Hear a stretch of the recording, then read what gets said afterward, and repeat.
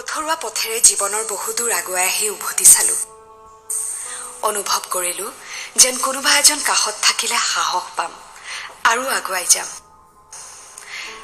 মোৰ এজন অনুৰাগী, যিজনে মোৰ জীৱনৰ ঘাট প্ৰতিঘাত অতীত বৰ্তমান সকলো সামৰি হ'ব বিচাৰিছে মোৰ জীৱন সংগী।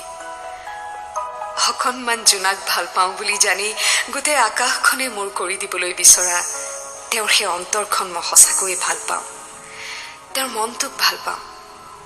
শেষত তেওঁৰ কথাটোৱে ৰ'লগৈ। অনুৰাগীৰ পৰা তেওঁ হৈ পৰিল মোৰ অনুৰাগ।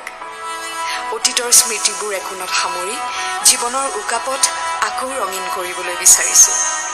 জানেনে, ফাগুন মোৰ বৰ প্ৰিয়। উকা উৰুঙা ফাগুনত তেজৰঙা শিমলুজোপাই দি যায় জীয়াই থকাৰ অদম্য হেঁপাহ।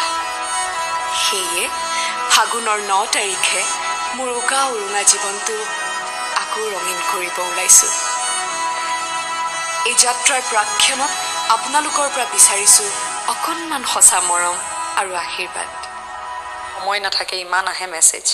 সেই তেনেকৈ চা চিনাকি আৰম্ভ হ'ল। তেখেতৰ জীৱন সংগ্ৰামৰ বিষয়ে জানিব পাৰিলোঁ লাহে লাহে এটা হেৰিত সোমাই গ'লোঁ, বন্ধুত্বৰ নজনাকৈ এটা বন্ধুত্বৰ সম্পৰ্কত। তাৰপিছত এটা সময়ত গৈ পেলাইতো আঁতৰি আহিব নোৱাৰা হৈ পৰিলোঁ। সেই তেনেকুৱাই। ধন্যবাদ জনাইছোঁ। ধন্যবাদ অসমবাসীলৈ। মই অসমবাসীলৈ পুনৰবাৰ ধন্যবাদ জ্ঞাপন কৰিছোঁ। যি ধৰণৰে খবৰটো পোৱাৰ পিছৰ পৰা আপোনালোকে অভূত মৰম আৰু আশীৰ্বাদেৰে আমাক উপচাই তুলিছে। মই হয়তো আজিলৈকে কোনেও এনেকৈ ইমান মৰম মই কিবা হয়তো যোৱা জনমত ভাল কাম কৰিছিলোঁ।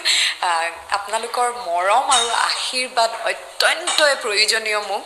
মই সকলোকে লৈ পেলাই বিয়াখন হয়তো আয়োজিত কৰিব নোৱাৰিম, সম্ভৱ নহ'ব।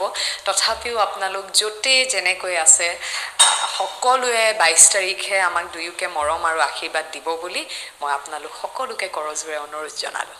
ধন্যবাদ।